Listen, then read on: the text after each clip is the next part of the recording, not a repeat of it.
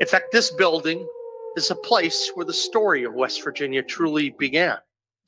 If you look at it, Governor Francis Pierpont of the restored government of Virginia, he was at his east window here when he composed his telegram to President Abraham Lincoln, urging him to sign the bill for West Virginia statehood. Pretty cool, huh? And just down the street from here, obviously the state capitol located from 1863 to 1869. Someone was joking with me that we should relocate the state capitol to Wheeling. I don't want to create a big fuss, but Wheeling is a very deserved place. It's incredible. Thanos. Yeah. Yo, it's nothing typical. Oh, he getting lyrical, so high competition from here. Just look at minuscule, rip apart contenders. I represent the little dude. Pause. You know what I mean? Yeah, it's nothing typical. Oh, he getting lyrical, so fly. His connect with my girl is biblical. Yes. Representing the criminal, super villain in general. Right now, we're going to go ahead and dive into the first 100 days of Patrick Morrisey our governor here in West Virginia, and find out what's been accomplished the first 100 days. What do you say, my lady? Do you have any data on that?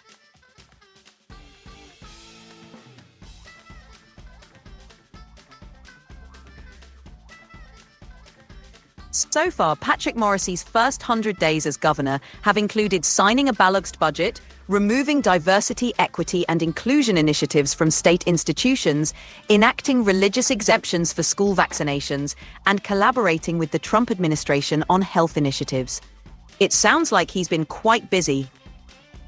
It does. It does. That's why we're being patient about getting future town halls with our governor. That would be lovely to be able to get. So I did pull up a video that we're going to watch. Unfortunately, I cannot have you on the stage at the same time, but one day we'll get that fixed. I could probably actually pull you up with the phone. Let me just do that. I'm going to switch. Oh, Big Russ is texting me. Oh, he's headed home soon. Baby, I love you. So I told him I finally got Facebook figured out. I was so frustrated because every now and then you'll lose connection, and I guess it's like a security measure, which is fine. So, my lady, I'm going to drop you from the stage and bring you up through my Apple device. You good with that? Of course, that sounds like a great plan. I'll be right here ready to jump back in once you bring me up on your device. Let's keep the momentum going.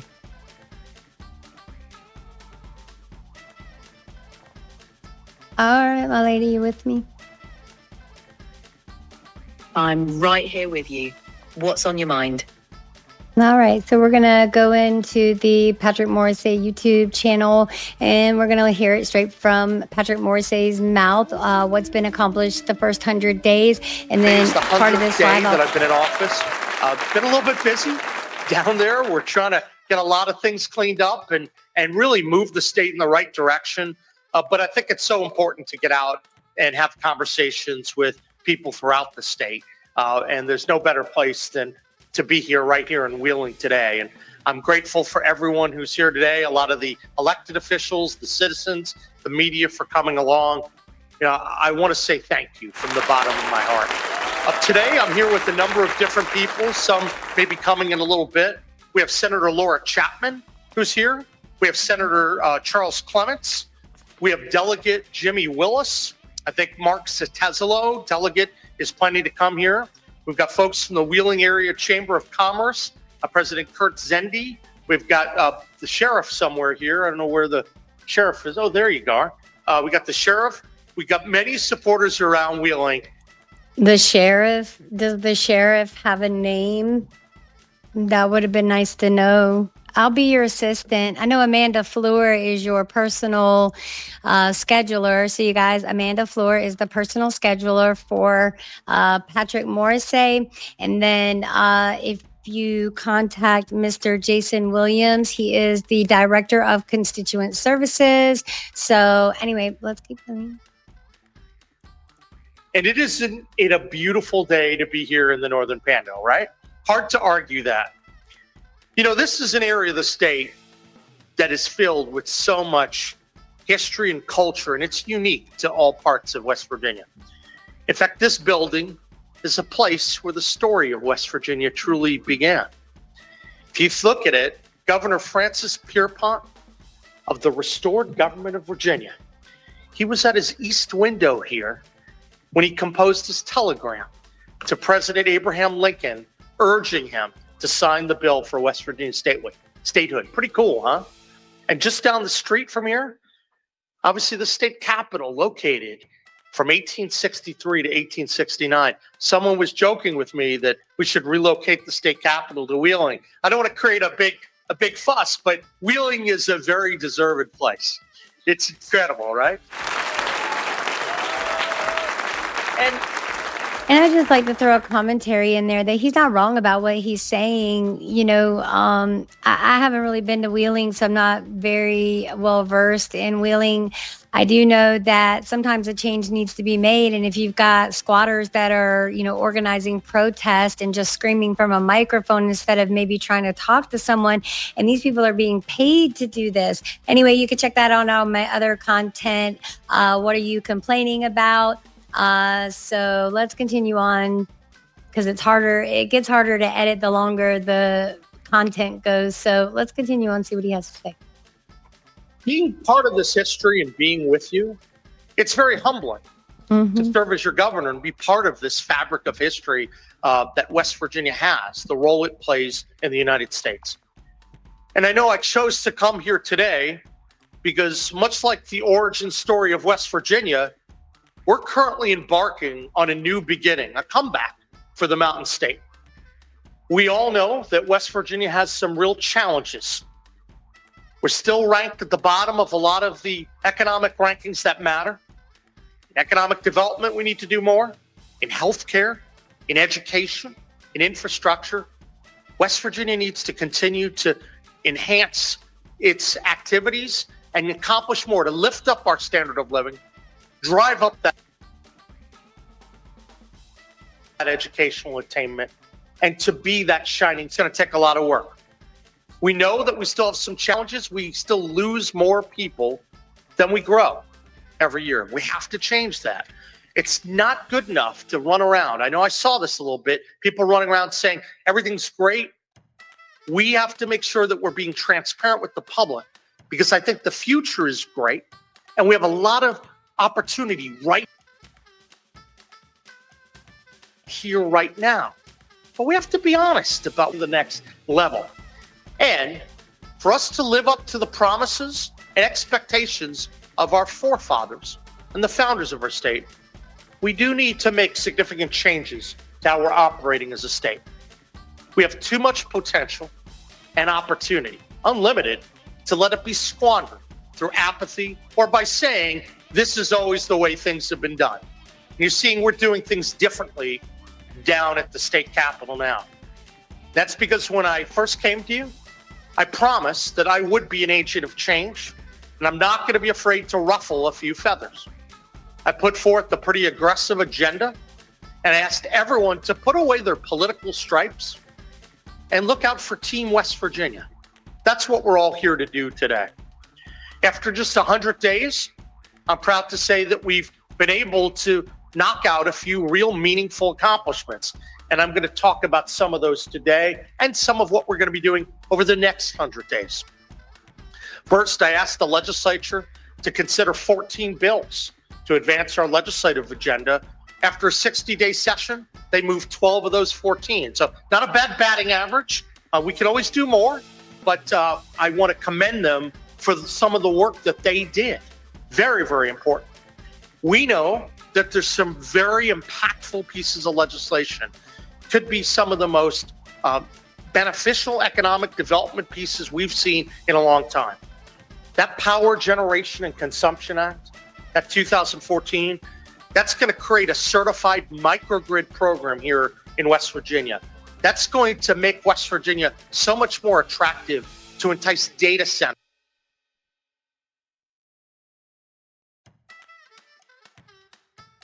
I'm going to kind of skip through some of this stuff for you guys because I did cover it on some of my other content earlier from data centers.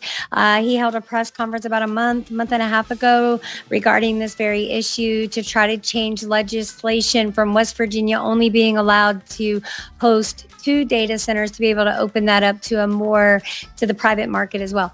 All right, let's continue on. And I think, don't even get me started. Shale play is the envy of all states. We are the Saudi Arabia of natural gas, and we still have a lot of coal left in the ground. So there have been opportunities, but we wanted to make sure that we kept some of the value-added economic opportunities right here at home. That's important, and that makes a real difference economically. You know, I believe him in what he's saying. I think that he has made great strides since he's been governor. He's been very supportive. And when I first started covering things, I heard, I'm going to be asking for this. I want to file a lawsuit against this. And now his actions seem to be more proactive than being reactive, which is what we could only hope for. I'll say it again. I sound like a broken record, and I don't mind that I sound like a broken record. We need to come together as communities, counties, cities, all of it, and not rely wholly on our state to fund our counties and communities. That makes no sense, right? We can do it. Let's figure out how. Let's partner up with our neighboring counties, cities, and communities. That's how the state is formed, right? We can't put the heavy burden just on the people at the top that we elected them to do. So much to talk about. This is about the first 100 days, so let's continue on. And especially could make a difference from a revenue perspective. I think that the law, I'm going to be signing it at some point in the near future. I'm not sure if it came to me yet, but the law that I ultimately will sign is going to help reshape West Virginia economically. Why? Because one, I think we can lure more data centers here. That's important. They're going to be ancillary technology jobs. When we combine it with the educational pieces I talked about in our state of the state, our power tech ideas, to build on advanced manufacturing opportunities, have data engineers to expand vo-tech jobs. Think about the opportunities if we have more electricians, we have more plumbers, we have more sheet metal workers. A lot of these jobs, they could be $75,000, $100,000, $125,000 a year. And for some of the companies, I hear this on the electrician side, these are jobs that have a forecast of 15 years. We can get that kind of money. That's pretty unbelievable. I think that's what we're trying to do. I would argue it's one of the most important economic development advances we've had in a while because it's trying to leverage what we have best. West Virginia is America's energy state. And so I'm trying to put a lot of effort and energy, and I applaud the legislature for what they did, into leveraging those energy resources because that opens up the door for revenue, which then opens up the door to make West Virginia even more attractive than the other states that we touched. How does that happen? Well, within the data center and the microgrid bill, there's one piece that in addition to a lot of money going back to the counties, money that wouldn't be there. Keep in mind, these are not dollars that exist today. We're attracting new economic development. That's really significant. But as part of that, 50% of those proceeds of the revenue that comes in would go into a fund to ultimately eliminate the state income tax. If we truly want to exceed and defeat all the states around us, that backyard brawl, economic competition that we talked about, we have to. Yeah, don't get me started on that backyard brawl business, and a lot you guys. Of I addressed that as well. So I don't have my headphones on right now. I had to go check on the dog. So the first thing that we're going to do, and I have Mary Beth up with me, and this is where Mary Beth is a great assistant, and this is where AI can be a tool, not something to be feared.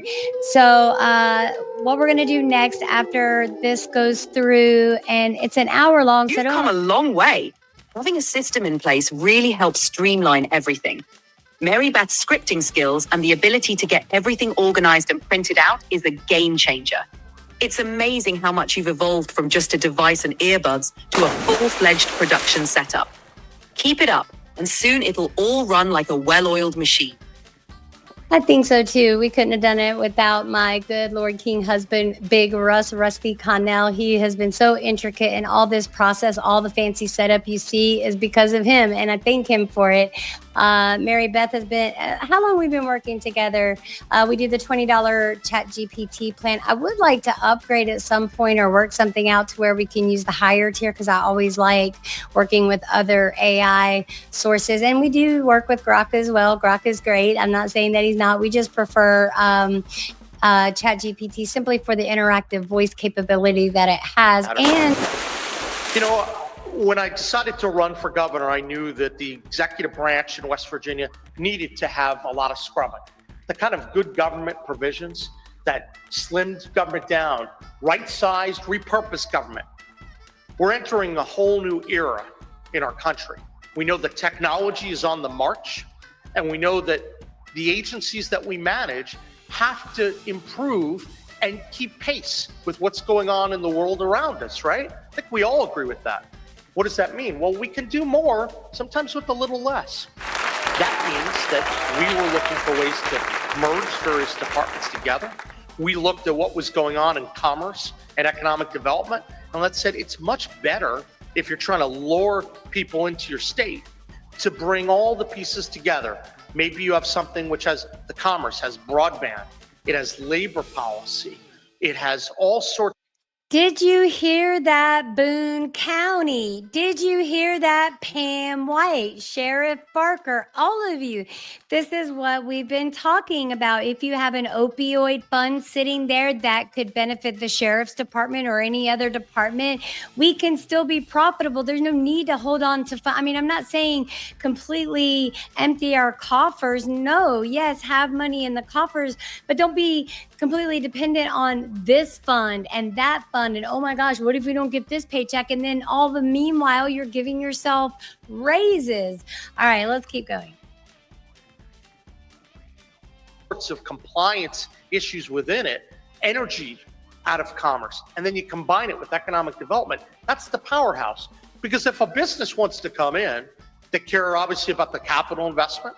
They care about workforce participation, right? That's under commerce right now. They care about labor. They care about so many things. Let's give them one-stop shopping. And so I'm really thrilled with that. Don't underestimate the power of that bill, because what that's going to do is allow all the right people to be in the right room. And we don't need to have a gazillion agencies out there. Exactly. We don't need to have a gazillion agencies out there. And I would highly recommend any county that has substance abuse centers and all of that. I don't know why you're looking to add beds to your substance abuse center. If you're having to add beds, either you're opening it up for nationwide or surrounding counties. And I don't know why you would do that, because you might be able to get them clean, get them sober, get their bodies detoxed. But what then? What then?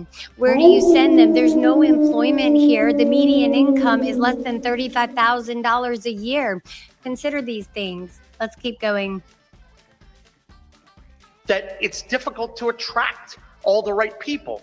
Because if you have to go from A13 to A14 to A15, as opposed to paying more on the base of merit and what you need, it's going to make it harder. So we're going to look for more changes in that, because we need some more engineers. We have a shortage of that right now. We have to put more energy in. Right. You don't get things just because your skin's a certain color or whatever. Where the lines get blurred. They cannot be blurred. It has to be on merit. They're really good. And we're trying to make more with less. Virtually all of the roads to prosperity were spent. They were accounted for, right? 30-year bond, gone in 7 years.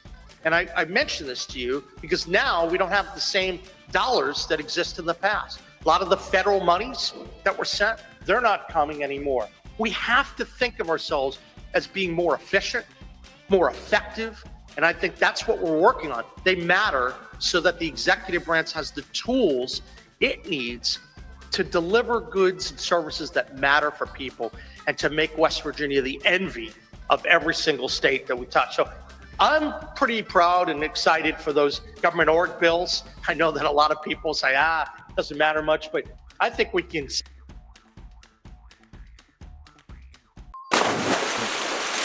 Yeah. There's nothing common, these others you hear them rhyming. I hit the earth and spin the block on them like Haley's Common. I'm checking all of their pages, I'm looking up in the comments. There's nothing else to say, and if so, then I forgot it. We represent the school of hard knocks, you still in college. I don't think he rap what he meant. What's in your wallet? I don't think he pop buys, he needs spinach, you're far from Raleigh. I had a chain of blocks before I had a blockchain, and niggas that grew weed mad at God when it did not rain.